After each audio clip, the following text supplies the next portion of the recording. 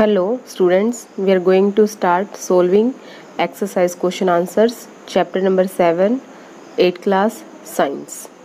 Chapter name is conservation of plants and animals. First question है हमारा fill-ups. Fill-ups में देखिए फर्स्ट फिलअप क्या है. A place where animals are protected in their natural habitat. एक जगह है जहाँ पे एनिमल्स को प्रोटेक्ट किया जाता है उन्हीं के नेचुरल हैबिटेट के अंदर. उसको क्या बोला जाता है उस प्लेस को? Wildlife sanctuary. Second part, species found only in a particular area is known as.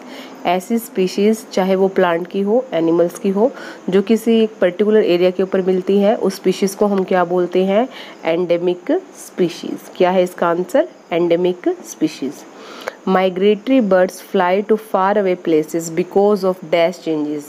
जब हमने वीडियोस की थी इस चैप्टर की तो वहाँ पे हमने बात किया था माइग्रेशन. और माइग्रेशन कौन करते हैं? बर्ड्स करते हैं. और वो किस वजह से माइग्रेशन करते हैं? क्योंकि वहाँ का जो क्लाइमेट है वो क्या होता है, उनके एग लेइंग करने के फेवरेबल नहीं होता, जिसकी वजह से वो क्या करते हैं? माइग्रेशन करते हैं. तो यहाँ पे आंसर क्या लिखेंगे आप? Due to the climate changes. Climatic changes की वजह से, जलवायु परिवर्तन की वजह से वो क्या करते हैं? माइग्रेशन करते हैं. नेक्स्ट क्वेश्चन है आपका डिफ्रेंशिएट करना. डिफ्रेंशिएट करना है आपको wild life sanctuary, biosphere reserve में, जू और वाइल्ड लाइफ सेंचुरी में, एंडेंजर्ड और एक्सटिंक्ट स्पीशीज के अंदर, फ्लोरा और फोना के अंदर. ये सब हम डिस्कस कर चुके हैं इस चैप्टर के वीडियोस के अंदर. यहाँ पे भी देख लेंगे इनको एक बार. सेकंड क्वेश्चन का फर्स्ट पार्ट, इसमें आपको क्या है, किस किस के बीच में डिफ्रेंशिएशन करना है? वाइल्ड लाइफ सेंचुरी और biosphere reserve. Wild life sanctuary के अंदर देखिए क्या है, an area protected for animals. एक एरिया है, प्रोटेक्टेड एरिया है. किसके लिए है ये प्रोटेक्टेड एरिया? एनिमल्स के लिए. Where animals can live in their natural habitat. जहाँ पे एनिमल्स क्या करते हैं? अपने नेचुरल हैबिटेट्स के अंदर रहते हैं. उसको हम क्या बोलते हैं? उस एरिया को wildlife century. In these centuries, hunting, poaching, grazing, felling trees are strictly prohibited. In areas के अंदर मतलब जो वाइल्ड लाइफ सेंचुरी है वहाँ पे किसी भी तरह की कोई भी ह्यूमन एक्टिविटी, हंटिंग करना या फिर किल करना एनिमल्स को, ग्रेजिंग करवाना एनिमल्स को, या फिर ट्रीज़ को वहाँ से काटना, ये सब क्या है? स्ट्रिक्टली मना होता है. वहाँ पे मनाही होती है इन चीज़ों की. नेक्स्ट स्टेप देखिए बायोस्फीयर रिजर्व का first part, an area which is conserve to protect the biodiversity and culture of that area is known as biosphere reserve. इसके अंदर क्या किया जाएगा? एक प्रोटेक्टेड एरिया है, यहाँ पे बायोडाइवर्सिटी को प्रिजर्व किया जाएगा. और इसके अलावा जो वहाँ के कल्चर है, जो एरिया है उस कल्चर का, उस कल्चर को भी क्या किया जाएगा? प्रोटेक्ट किया जाएगा. जैसे ट्राइबल वगैरह जो पीपल हैं उनको भी क्या किया जाएगा? प्रोटेक्शन प्रोवाइड किया जाएगा. तो उसको हम क्या बोलते हैं? Biosphere reserve. अब देखो बायोस्फीयर रिजर्व के अंदर क्या क्या हो सकता है? बहुत सारे प्रोटेक्टेड एरियाज हो सकते हैं. पहला देखिए यहाँ पे क्या लिखा है? वाइल्ड लाइफ सेंचुरीज हो सकती है, नेशनल पार्क हो सकते हैं, माउंटेन्स हो सकते हैं, लेक्स हो सकती हैं.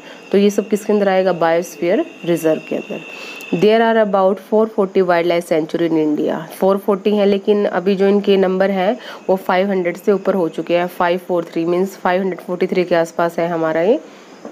नेक्स्ट है बायोस्फीयर रिजर्व.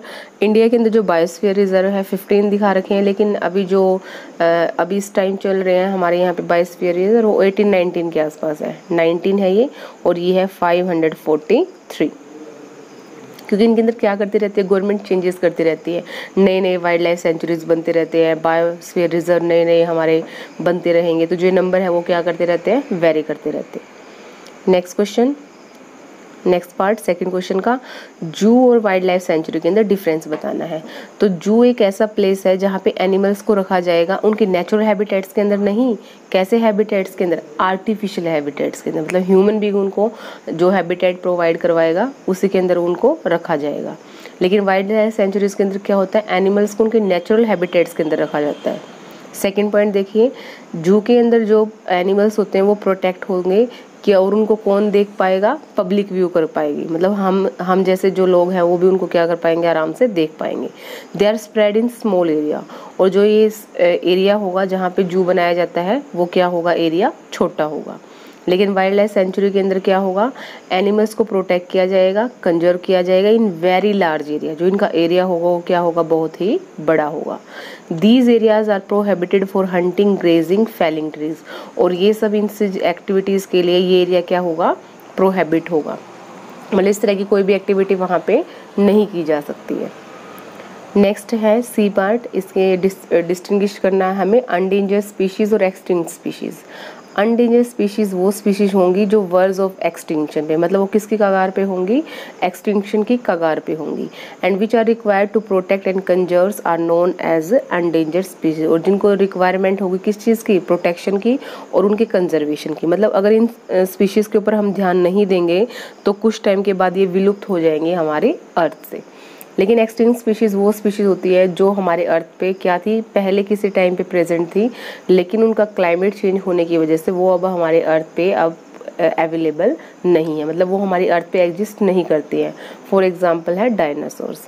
और अनडेंजर्ड स्पीशीज़ में क्या है, टाइगर है, वाइल्ड बफेलो है। अगर इनकी तरफ हम ध्यान नहीं देंगे तो एक टाइम ऐसा आएगा ये भी डायनासोर की तरह क्या हो जाएंगे, एक्सटिंक्ट हो जाएंगे। नेक्स्ट पार्ट है डी पार्ट, फ्लोरा और फोना। फ्लोरा क्या होता है, किसी भी एक स्पेसिफिक एरिया के प्लांट्स लाइफ को हम क्या बोलते हैं, वहाँ का फ्लोरा। और वहाँ की एनिमल लाइफ को, किसी भी एक पर्टिकुलर एरिया की एनिमल लाइफ को क्या बोला जाएगा, वहाँ का फोना। एग्जाम्पल देखिए फ्लोरा और फोना का, साल, टीक, मैंगो, जामुन, सिल्वर फर्न्स, अर्जुन, ये सब क्या है, फ्लोरा है। कहाँ का फ्लोरा है, जो हमने बायोस्फीयर रिजर्व किया था उसका फ्लोरा है ये। और फोना क्या क्या है आपका, chinkara, blue bull, barking deer, chital, leopard, wild dog, wolf, ये सब क्या है, फोना के एग्जाम्पल है। पंचमढ़ी बायोस्फीयर रिजर्व जो हमने किया था, जो कि कहाँ पे प्रेजेंट है, एमपी, महाराष्ट्र, क्या नाम है, मध्य प्रदेश के अंदर प्रेजेंट है। नेक्स्ट क्वेश्चन है क्वेश्चन नंबर 3। क्वेश्चन नंबर 3 के अंदर देखिए, discuss the effect of deforestation on the following. अगर हम प्लांट्स की कटाई करते जाएंगे तो इन सभी पे क्या इफेक्ट्स होंगे, क्या प्रभाव पड़ेंगे हमारे वाइल्ड एनिमल्स के ऊपर, एनवायरनमेंट के ऊपर, villages, rural areas, cities, urban areas, earth and the next generation. One by one करेंगे इसको हम डिस्कस। तो फर्स्ट देखना है हमें वाइल्ड एनिमल्स के ऊपर क्या इफेक्ट होगा, किसका, अगर हम डिफोरेस्टेशन करेंगे तो। The natural habitat of the animal is destroyed by the deforestation. आपको पता ही है फॉरेस्ट के अंदर हमारे क्या कौन रहता है, वाइल्ड एनिमल्स रहते हैं। अगर हम फॉरेस्ट को काट रहे हैं तो इसका मतलब जो उनका नेचुरल हैबिटेट है वो क्या कर रहे हैं, हम खत्म कर रहे हैं, डिस्ट्रॉय कर रहे हैं। अगर उनका नेचुरल हैबिटेट ही नहीं होगा तो वो एनिमल्स क्या होंगे, लंबे टाइम तक उस एरिया के अंदर सर्वाइव नहीं कर पाएंगे और ना ही वो ब्रीड कर पाएंगे, मतलब अपने जैसे बच्चों को वो जन्म नहीं दे पाएंगे। As a result of this many animals are at the verge of extinction. तो जिसकी वजह से क्या होगा, ये एनिमल्स किसकी कगार पर आ जाएंगे, विलुप्त होने की कगार पर आ जाएंगे, खत्म हो जाएंगे अगर हम फॉरेस्ट को काट देंगे तो। अब दूसरा इफेक्ट देखना है हमें एनवायरनमेंट के ऊपर। डिफोरेस्टेशन से क्या होगा, ग्लोबल वार्मिंग होगी। और ग्लोबल वार्मिंग के अंदर क्या होगा, कार्बन डाइऑक्साइड की कंसंट्रेशन हमारे एटमॉस्फेयर के अंदर बढ़ जाएगी। और जिसकी वजह से प्लांट ना होने की वजह से वो कार्बन डाइऑक्साइड की कंसंट्रेशन ज़्यादा होती जाएगी, और जिसकी वजह से जो हमारा इकोसिस्टम है वो क्या हो जाएगा, बैडली अफेक्ट हो जाएगा, मतलब उससे बुरा प्रभाव पड़ेगा। नेक्स्ट है आपका विलेजेस। विलेजेस में जो रूरल एरियाज़ है उनके ऊपर डिफोरेस्टेशन से क्या प्रभाव पड़ेगा। जो रूरल एरियाज़ हैं वो क्या करते हैं, लार्जली डिपेंड करते हैं फॉरेस्ट के ऊपर, किसके लिए, अपने वुड के लिए। जैसे खाना वगैरह पकाने के लिए लकड़ियों की जरूरत पड़ेगी तो वुड के लिए वो किसके ऊपर डिपेंड होंगे, फॉरेस्ट के ऊपर डिपेंड होंगे। फ्रूट्स के लिए, वुड के लिए, फ्यूल के लिए। अगर डिफोरेस्टेशन किया जाएगा तो जो ये रिसोर्सेज हैं, ये जो फ्यूल हो गया, फ्रूट हो गया, वुड हो गया, ये सब क्या हो जाएंगे, कम हो जाएंगे। और जिसकी वजह से क्या हो जाएगा कि जो विलेजर्स हैं उनकी लाइफ क्या आ जाएगी, डेंजर में आ जाएगी। नेक्स्ट है आपका cities. Cities are not directly affected by deforestation. हमारे जो शहर हैं वो डायरेक्टली अफेक्ट नहीं होंगे डिफोरेस्टेशन से, लेकिन जो क्लाइमेट रिजल्ट है, जो क्लाइमेट के अंदर चेंज आएगा डिफोरेस्टेशन की वजह से, वो कहीं ना कहीं हमारे शहरों को ज़रूर प्रभावित करेगा। जैसे कि नेचुरल कैलामिटीज़, जो प्राकृतिक आपदाएं हैं, लाइक फ्लड हो गया, ड्रॉट्स हो गया, वो क्या करेंगे, हमारे सिटीज़ को भी अफेक्ट करेंगी। और सिटीज़ के अंदर क्या हो जाएगा, ग्लोबल वार्मिंग, मतलब जो टेम्परेचर है वहाँ का क्या हो जाएगा, बढ़ जाएगा, गर्मी ज़्यादा हो जाएगी सिटीज़ के अंदर डिफोरेस्टेशन की वजह से। नेक्स्ट है अर्थ। डिफोरेस्टेशन का हमारी अर्थ पे क्या इफेक्ट होगा? Deforestation has converted the fertile lands into desert. Deforestation से क्या होगा, जो हमारी फर्टाइल लैंड है वो किस में कन्वर्ट हो जाएगी? डेजर्ट के अंदर। तो नेचुरल कालमिटीज़ जैसे कि फ्लड हो गया, ड्रॉट्स हो गए, और ये भी किसका रिजल्ट है? डिफोरेस्टेशन का रिजल्ट है। The climate of the earth has been change due to deforestation. मतलब अर्थ के ऊपर क्या हो जाएगा, एक तो लैंड हमारी डेजर्ट बन जाएगी और हमारा जो नेचुरल कालमिटीज़ हैं वो ज़्यादा आ जाएंगे, और जो क्लाइमेट है हमारे अर्थ का वो भी क्या हो जाएगा? चेंज हो जाएगा। किसकी वजह से? डिफोरेस्टेशन की वजह से। लास्ट पॉइंट है इस क्वेश्चन का, नेक्स्ट जनरेशन। नेक्स्ट जनरेशन पे क्या इफेक्ट होगा इसका? डिफोरेस्टेशन से क्या होगा, हमारा जो क्लाइमेट है वो बहुत ज़्यादा अफेक्ट होगा, और क्लाइमेट अफेक्ट होने की वजह से क्या होगा, जो स्पीशीज़ है, बहुत सारी स्पीशीज़ हमारी अर्थ से क्या हो जाएंगी? ख़त्म ही हो जाएंगी। ऐसी स्पीशीज़ जो ज़्यादा टेम्परेचर को सहन नहीं कर सकती तो क्या करेंगी? वो मर जाएंगी वो सारी स्पीशीज़। तो वो स्पीशीज़ क्या होंगी, जो हमारी नेक्स्ट जनरेशन आएगी उनको वो देखने के लिए अवेलेबल नहीं होंगी, तो वो बहुत सारे ब्यूटीफुल फ्लोरा और फोना को ऑब्जर्व नहीं कर पाएंगे।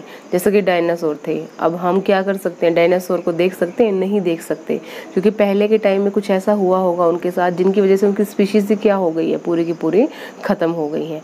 It may also suffer from the effect of the global warming, no fuel and no paper.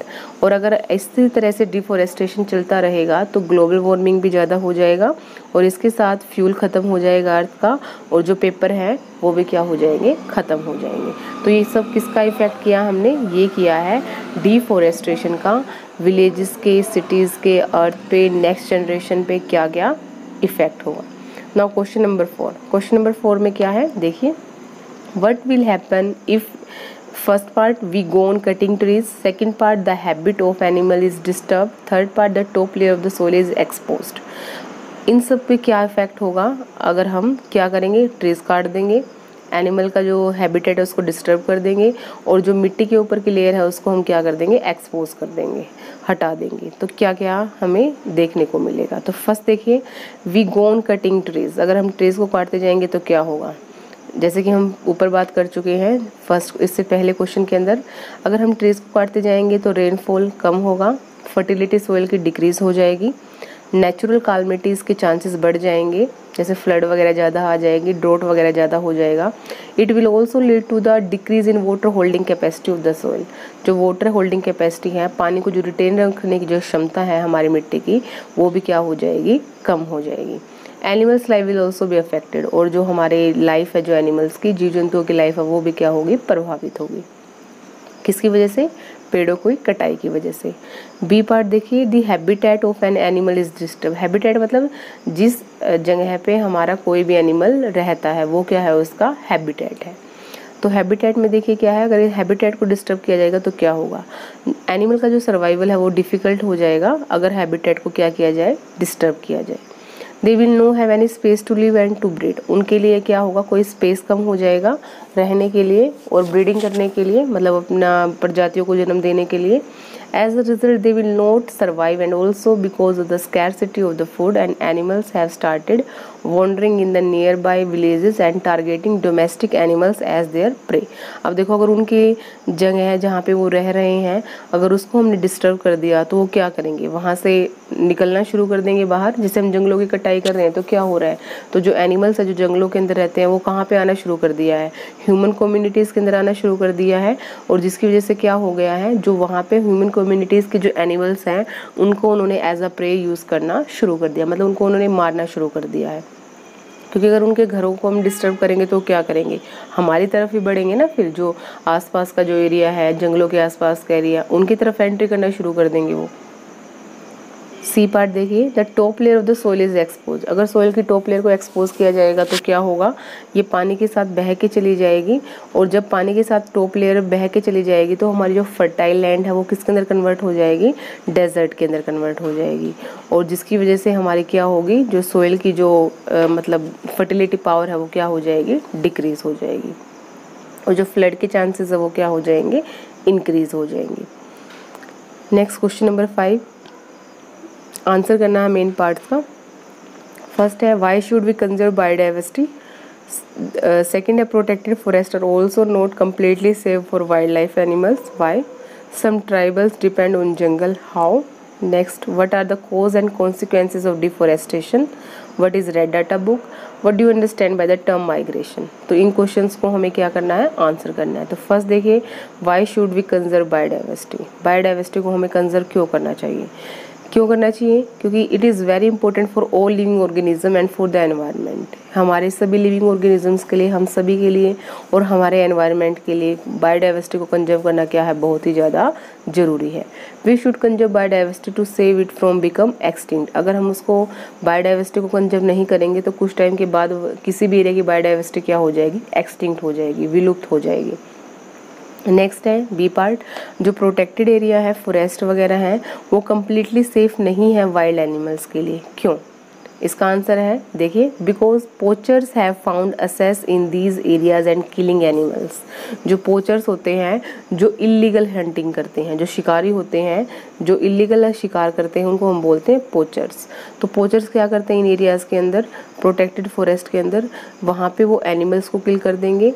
There is a need to make strict rules against poaching and trespassing. तो इस तरह के मतलब गवर्नमेंट को क्या करना चाहिए, और ज़्यादा स्ट्रिक्ट रूल्स बनाने चाहिए ताकि इस तरह के जो पोचर्स हैं और ट्रेस पासिंग्स हैं वो क्या कर सकें, हमारे जंगलों को, जो एनिमल्स हैं उनको किल ना कर पाएँ। उसके बाद नेक्स्ट है, some tribals depend on jungle how. जो ट्राइबल्स है, जो कुछ एक प्रजातियां हैं जो जंगलों के अंदर रहते हैं, उनको कैसे प्रोटेक्ट किया जाए, वो मतलब कैसे वो जंगलों के ऊपर डिपेंड करते हैं, वो बताया गया इस क्वेश्चन के अंदर। Some tribals are still dependent on the jungle for their food. वो किस लिए डिपेंड करते हैं जंगलों के ऊपर, अपने खाने के लिए, फ्यूल के लिए, वुड के लिए, शेल्टर, शेल्टर मतलब रहने के लिए, और इसके अलावा और बहुत सारी चीज़ें हैं। They live in forest and are depend on them. वो किसके अंदर रहते हैं, जंगलों के अंदर रहते हैं, और उन्हीं के ऊपर अपने जो डेली आइटम्स हैं, जो फूड, फ्यूल, वुड, शेल्टर, उन सब के लिए किसके ऊपर डिपेंड करते हैं, फॉरेस्ट के ऊपर डिपेंड करते हैं। D part, what are the cause and consequences of deforestation. किस वजह से होता है डिफॉरेस्टेशन, और इसके क्या क्या हमारे कॉन्सिक्वेंसेज हैं, क्या प्रभाव हैं इसके, वो बताएंगे अभी हम। तो main cause of deforestation is growing urbanisation and industrialisation. Urbanisation का मतलब क्या है, शहरीकरण ज़्यादा हो रहा है, इंडस्ट्रीज़ वगैरह ज़्यादा बन रही हैं, तो इसके लिए हमें क्या करना पड़ रहा है, फॉरेस्ट को काटना पड़ रहा है। हमें ज़्यादा से ज़्यादा लैंड की ज़रूरत है, क्या करने के लिए, खेती करने के लिए और अपने रिसोर्सेज को यूज़ करने के लिए। The consequences of deforestation are desertification, natural calamities. It has also rendered many species of plants and animals unprotected and unconserved. इसकी वजह से क्या हो गया है, डिफॉरेस्टेशन की वजह से डेजर्टिफिकेशन हो गया है, मतलब जो हमारी फर्टाइल सोइल है वो डेजर्ट में कन्वर्ट हो गई हैं। बहुत सारी नेचुरल कालमिटीज़ के जो आने के चांसेस है वो क्या हो गए हैं, बढ़ गए हैं, और बहुत सारी जो स्पीशीज़ हैं प्लांट्स की, एनिमल्स की, वो क्या हो गई हैं, अनकंजर्व्ड हो गई हैं डिफॉरेस्टेशन की वजह से। क्योंकि वो पहले तो कंजर्व किसके अंदर थी, फॉरेस्ट के अंदर थी। अगर फॉरेस्ट को काट दिया जाएगा तो स्पीशीज़ क्या आ जाएंगी, फॉरेस्ट से बाहर आएंगी, और वो कैसे हो जाएंगी, अनप्रोटेक्टेड और अनकंजर्व्ड। नेक्स्ट क्वेश्चन है, रेड डाटा बुक क्या है। एक ऐसी बुक है जिसके अंदर रिकॉर्ड रखा जाता है किसका, जितने भी अनडेंजर्ड एनिमल्स हैं, प्लांट्स हैं, उन सभी का। Different record books are maintain for endangered animals and endangered plants. अलग अलग बुक्स को मेंटेन किया जाता है अनडेंजर्ड एनिमल्स और अनडेंजर्ड प्लांट्स में। नेक्स्ट है लास्ट क्वेश्चन इस पार्ट का, what do you understand by the term migration. Migration का मतलब क्या है, माइग्रेशन का मतलब क्या है, अपने हैबिटेट को छोड़ के कि कहीं से दूसरे हैबिटेट के अंदर एंट्री करना लॉन्ग फ्लाई के दौरान, इसको हम क्या बोलते हैं, इसको बोला जाएगा माइग्रेशन। फॉर द पर्पज़, और ये करते किसके लिए हैं, ब्रीडिंग के लिए, अंडे देने के लिए। For the purpose of breeding a specific purpose, some species of the birds and animals move from their habitat to other habitat. Breeding करने के लिए कुछ स्पेसिफिक पर्पसेस के लिए बर्ड्स क्या करते हैं, माइग्रेशन करते हैं एक हैबिटेट से दूसरे हैबिटेट्स के अंदर। और ये क्या है, एक पर्टिकुलर टाइम पे ही किया जाता है। कब किया जाएगा, क्योंकि वहाँ पे जो क्लाइमेट है वो क्या है, उनके अकॉर्डिंग नहीं है कि वो सर्वाइव कर पाए, अंडे वगैरह दे पाए वहाँ पे। और जब वो अंडे वगैरह दे देते हैं तो वो क्या करते हैं, रिटर्न कर जाएंगे अपने ओरिजिनल हैबिटेट के अंदर आफ्टर सम टाइम। तो इस तरह के जो पीरियोडिकल जो माइग्रेशन है उसको क्या बोला जाएगा, माइग्रेशन। और ये किसका माइग्रेशन है, माइग्रेशन बर्ड्स का भी हो सकता है, एनिमल्स का भी हो सकता है।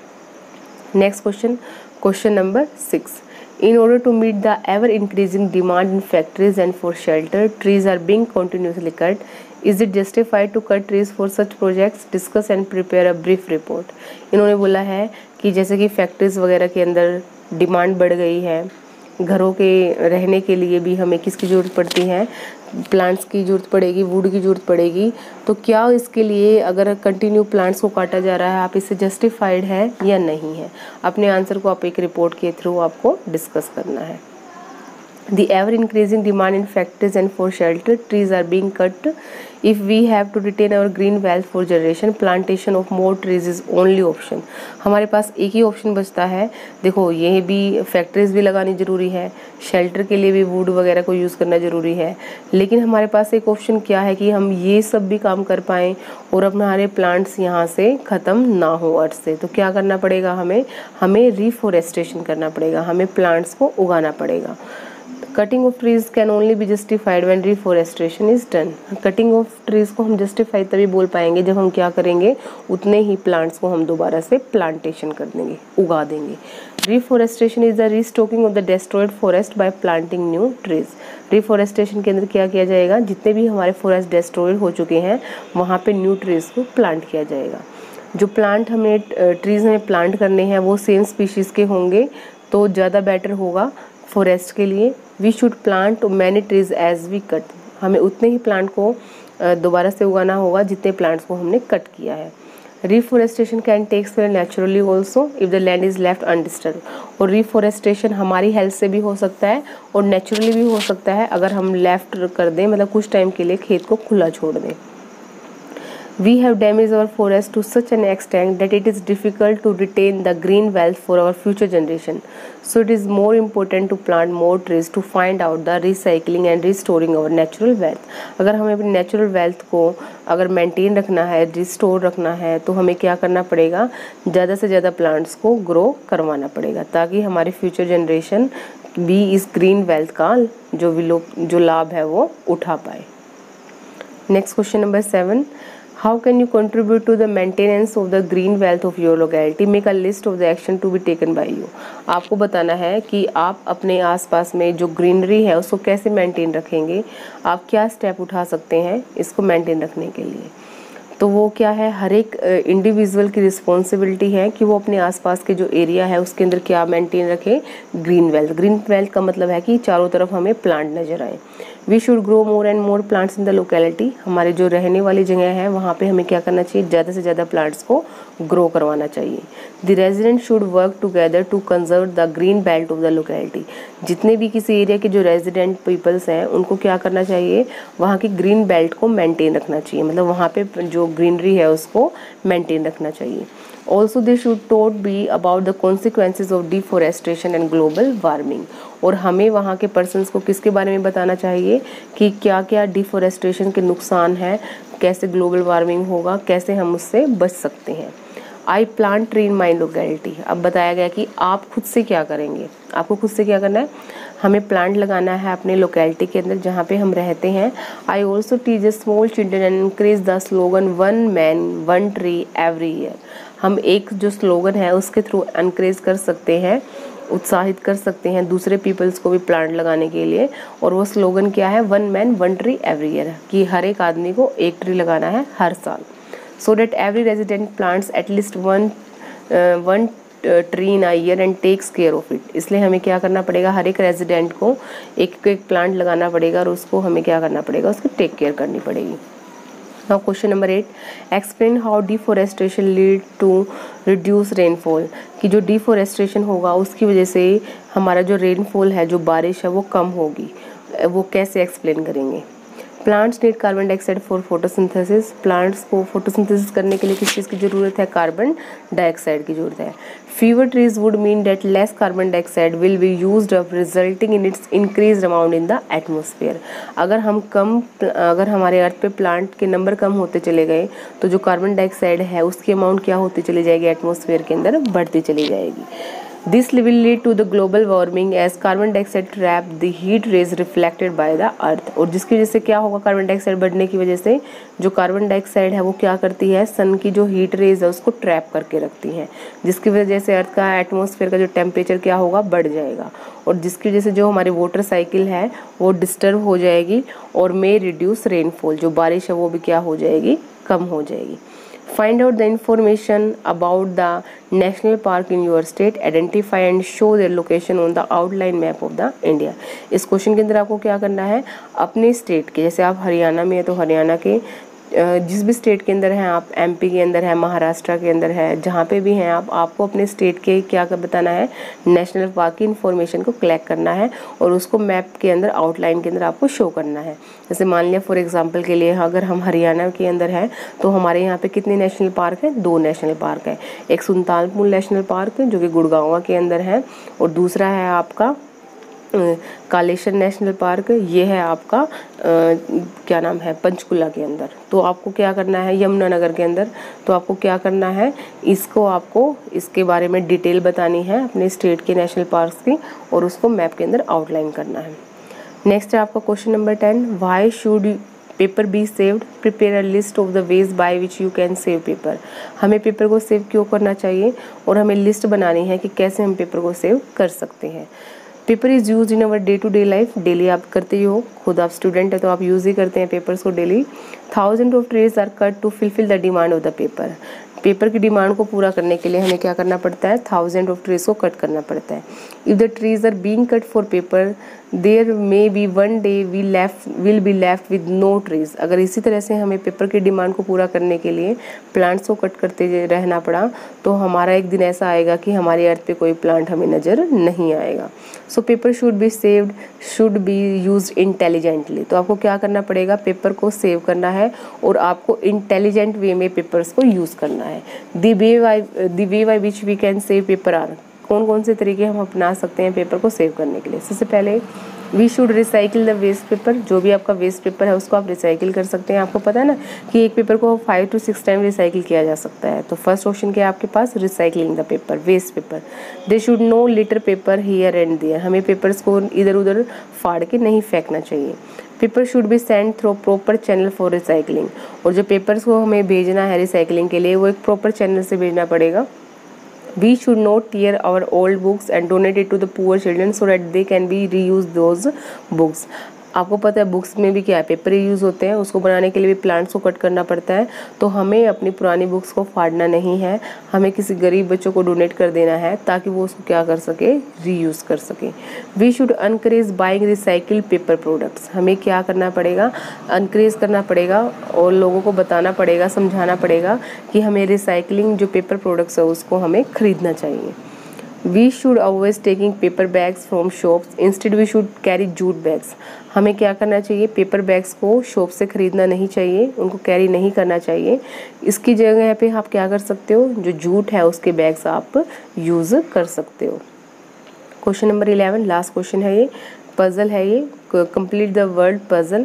Species on the words of extinction, ऐसे स्पीशीज़ जो एक्सटिंक्शन के वर्ड्स पे हैं उन स्पीशीज़ को हम क्या बोलते हैं, उन स्पीशीज़ को बोला जाता है एक्सटिंक्ट, एंडेंजर्ड स्पीशीज़। क्या बोला जाएगा उनको, अनडेंजर्ड। ये है आपका इसके आंसर्स, देख लेंगे आप इसका क्या आएगा, इसका फर्स्ट का आंसर अनडेंजर्ड। उसके बाद सेकंड क्वेश्चन है आपका, आप बुक, ये डाउन और अक्रॉस आपको पता होगा डाउन कैसे फिल किया जाता है और अक्रॉस कैसे फिल किया जाएगा। अब book carrying information about endangered species को हम क्या बोलते हैं, red data book.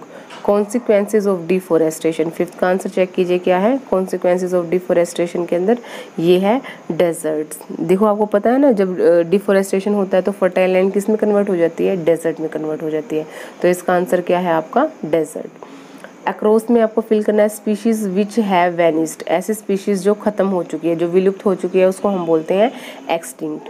Species found only in a particular habitat, एक पर्टिकुलर हैबिटेट में मिलने वाली स्पीशीज़ को हम क्या बोलते हैं, इसको बोला जाएगा वहाँ का एंडेमिक स्पीशीज़। क्या बोला जाएगा इसको, वहाँ की एंडेमिक स्पीशीज़। नेक्स्ट क्वेश्चन है आपका, varieties of plant animals and micro organism found in an area, इसको बोला जाएगा वहाँ की बायोडाइवर्सिटी। ये है क्वेश्चन आपके डाउन और एक्रॉस, और ये है इसका सॉल्यूशन। ये सॉल्यूशन देख लेंगे आप, इसको सोल्व कर लेंगे।